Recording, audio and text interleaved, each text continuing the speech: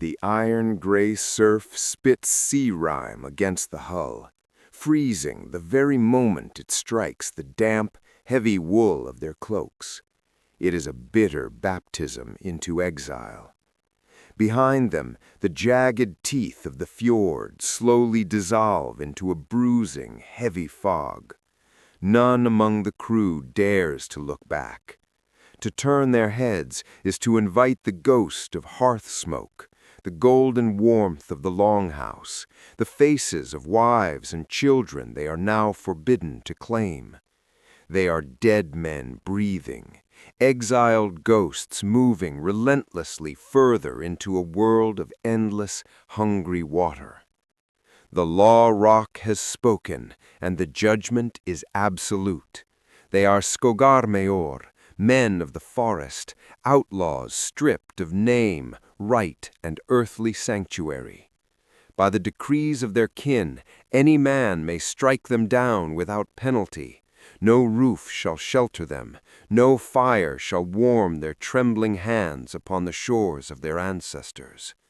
And so they have traded the violent certainty of the sword for the biting, merciless wind of the open North Atlantic. Under their frost-bitten feet, the curved oak strakes of the knarr groan against the crushing weight of the swelling tide. The damp wood still holds the scent of fresh pine pitch and wet earth, a phantom, lingering memory of the soil they will never tread again.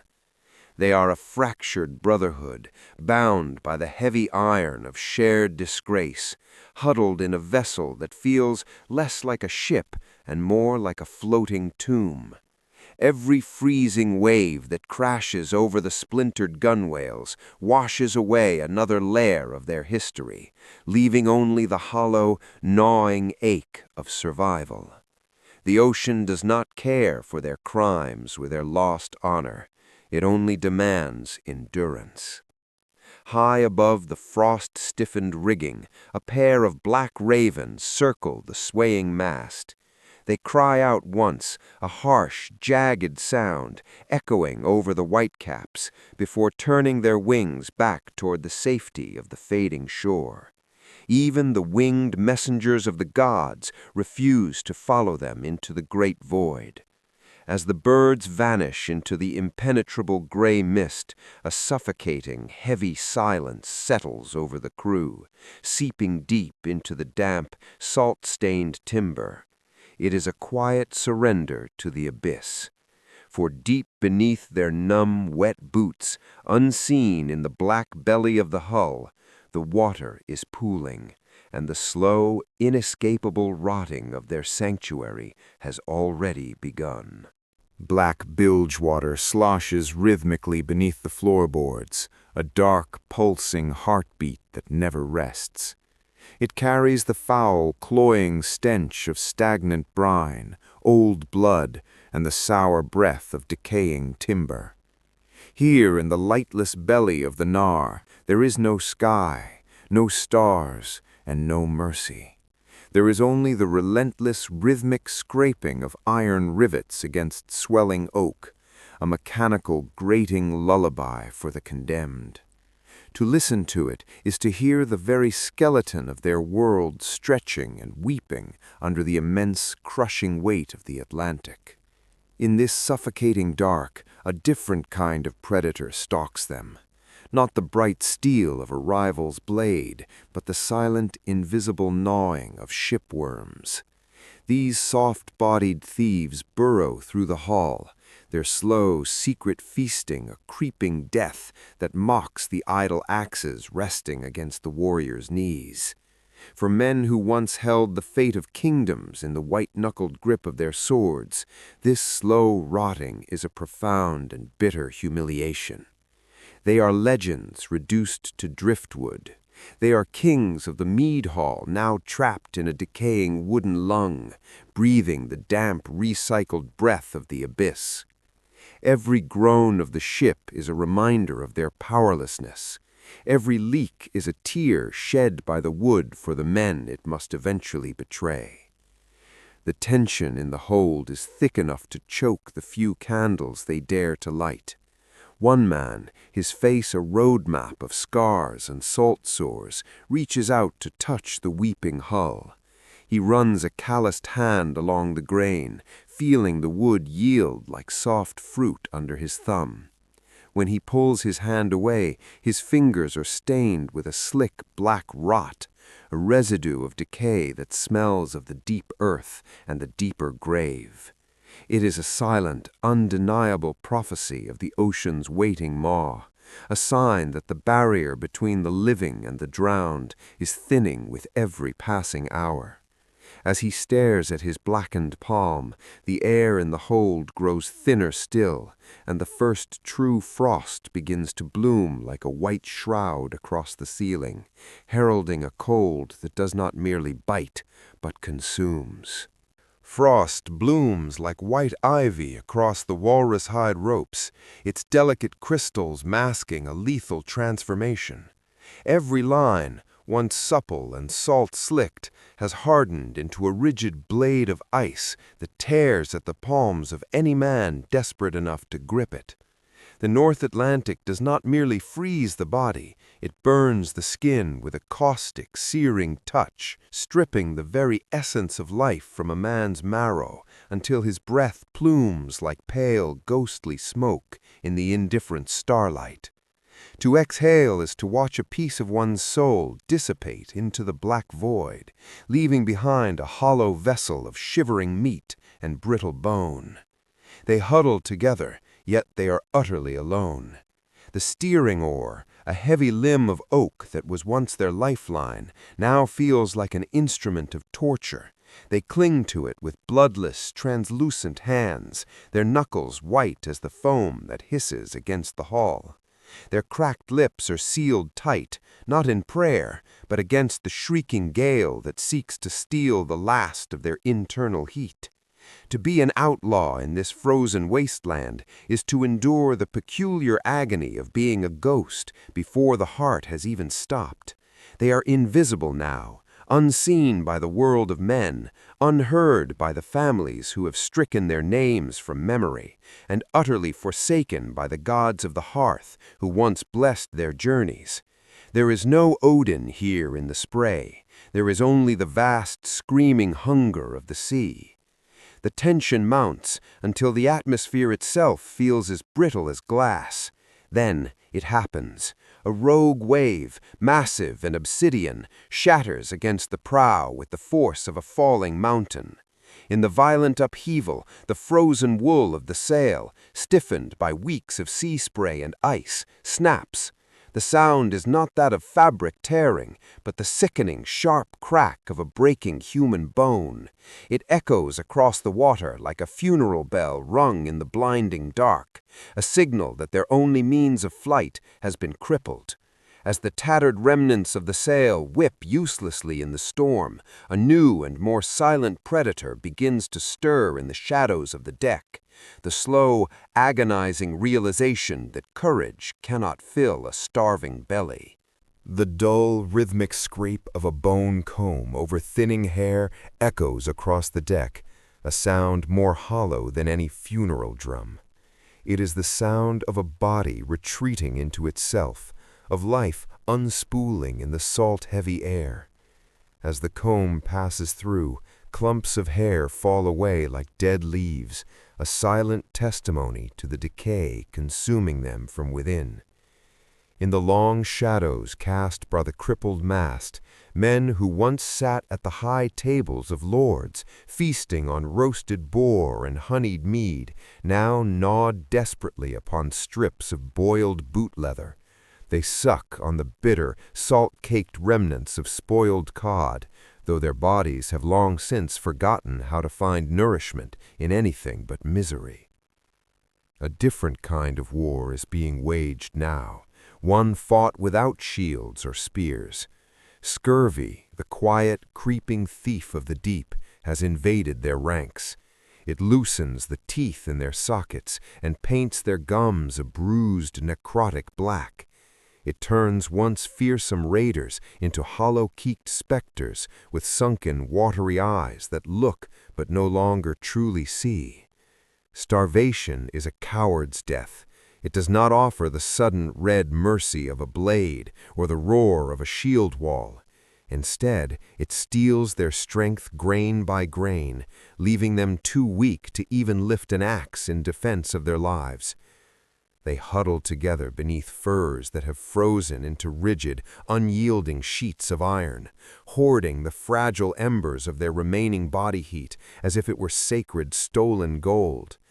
To speak is to waste breath. To move is to invite the cold deeper into the marrow. Then, out of the slate-gray sky, a sudden heavy thud breaks the oppressive quiet. A frozen seabird, its wings locked in a final icy glide, plummets lifeless onto the brine-slicked deck. For a long moment, no one moves. Then, frail, trembling hands reach out from the gloom, fingers clawing through the frost to claim the small feathered corpse. They do not see a bird. They see a reprieve. They grasp the broken omen with a terrifying, holy intensity, as if it were a sacrament delivered by a god who had momentarily remembered their names. But as they pull the cold creature to their chests, the wind shifts, carrying a new and jagged edge, not of hunger, but of a fracturing mind. If the body is a temple falling to ruin, the spirit is the flickering candle within, and the shadows are beginning to dance with a madness all their own. It begins as a low, guttural whisper beneath the howling wind, a trick of the auditory void that slowly hollows out a man's mind. At first, it is easily dismissed as the friction of rope or the hiss of spray. But in the absolute isolation of the North Atlantic, the silence between the gusts becomes a canvas for madness. Weeks of staring into endless, shifting gray horizons had fractured their sanity, stripping away the armor of the ego until only the raw, bleeding nerves of memory remain. The rhythmic groaning of the mast, once a comforting song of structural strength, now begins to mimic the voices of the dead, the very men they slaughtered to earn this bitter exile. This is the psychological tax of the outlaw, the heavy, suffocating weight of guilt that was once buried deep under layers of bravado and the amber haze of mead. Out here, where the world has no edges and the sun is a pale, forgotten coin, those ghosts rise to the surface of the freezing ocean like bloated timber. The men begin to realize that they did not leave their sins on the shore. They carried them into the belly of the ship, where they have fermented in the damp dark. Every swell of the sea feels like a rising accusation, and every lash of the wind carries the names of the widows they left behind. A lone warrior, his beard matted with salt and his spirit worn thin as vellum, leans heavily over the splintered gunwale. His mind unspools into the hypnotic, glassy swells of the deep, drawn to the obsidian rhythm of the water. He leans further, searching the black, churning mirror for the reflection of the man he once was, the fearsome wolf, the breaker of shields, the predator of the fjords. But the face staring back from the abyssal mirror is a stranger to him. It is a face of sunken hollows and weary, haunted eyes that hold no fire, only a silent, desperate begging for the sanctuary of the drowning dark. As he gazes into that watery grave, the sky begins to bleed a bruised purple, and the men realize that if the sea does not claim their bodies, the silence of the gods surely will. A carved wooden amulet of the Thunderer, its oak grain cracked by unrelenting frost and smoothed by the friction of desperate thumbs, rolls aimlessly in the stinking bilge water. It is a discarded god, a relic of a world that no longer recognizes the men who carry it. For weeks, the old incantations have been whispered through split, bleeding lips that taste only of salt and copper, yet the sky remains a deafening void. The prayers of the outlaw are heavy things. They do not rise like incense to the rafters of Valhalla, but fall like stones into the vast, freezing indifference of the Atlantic. Here, at the ragged edge of the map, the spiritual geography of their youth has dissolved into a gray, churning nothingness. Stripped of their stone altars and the whispering shelter of sacred groves, the crew begins to confront a horror far greater than starvation, the possibility of divine silence. They realize with a chilling clarity that their prayers hold no currency in this wet, rotting hell. The ancient compact between man and deity has been severed by the act of exile. Have the gods forsaken these outcasts, or are the All-Father and his kin simply blind to what transpires beyond the horizon of the known world? In the absence of ritual, the men are reduced to their most primal selves, shadows of warriors drifting in a vessel that has become a cathedral of despair. The sky above remains a suffocating canopy of slate, devoid of the flight of ravens or the cleansing fire of divine fury. There is no thunder to answer their cries, only the monotonous, agonizing slap of water against the hull. In a moment of profound, quiet surrender, a man reaches down into the black water of the hold. His trembling hand retrieves the waterlogged idol of Thor, its once mighty hammer, now a shapeless lump of sodden wood. He does not curse it, he simply lets it slip quietly over the gunwale, watching as it is instantly claimed by the swallowing foam. As the last vestige of his faith sinks into the lightless deep, a strange, terrifying stillness replaces his fear. The gods are gone, and the stars are hidden, but the wind has begun to carry a new scent, a heavy, earthy fragrance that cuts through the salt like a blade, whispering of a horizon where the ocean finally ends. The shift arrives not as a vision, but as a subtle, intoxicating change in the very texture of the wind. For months, the air has tasted only of salt, ice, and the metallic tang of slow-moving death.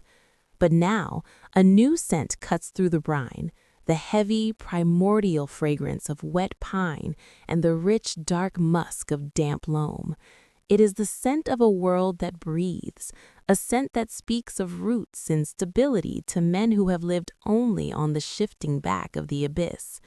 One by one, warriors who had forgotten the color green drag their emaciated frames to the shattered prow. Their sunken eyes, filmed with the milkiness of scurvy and long-term exhaustion, strain against the blinding silver glare of the horizon. Through the shifting curtains of sea mist, a jagged silhouette begins to harden. It rises from the water like a sleeping leviathan, ancient and indifferent to the suffering of those who approach it. This is the end of the world they knew, and the beginning of a life they cannot yet imagine. They have survived the slow corruption of the ship's hull and the crushing, bone-deep apathy of the ice, but they are no longer the men who departed the fjords. The kings they were have been scoured away by the wind. The fathers they were have been drowned in the bilge. They are phantoms washed ashore, a brotherhood forged not in the glory of the shield wall, but in the shared, silent trauma of the deep. They are the living dead, granted a reprieve by a sea that simply grew tired of holding them. As the dying ship makes its final approach, the hull groans one last time, a long, agonizing splintering of oak against the unseen teeth of the earth. With a heavy, rhythmic thud, the prow scrapes against the black volcanic sand of a nameless coast. There is no cheering, no songs of triumph. A profound, heavy silence welcomes the damned as they tumble over the gunwales, their knees buckling under the terrifying solidity of the land. They have found their sanctuary, but as the tide begins to pull the wreckage of their past back into the surf, a final, chilling question lingers in the air. Can a man ever truly leave the ocean behind, or does the rot of the ship follow him into the soil?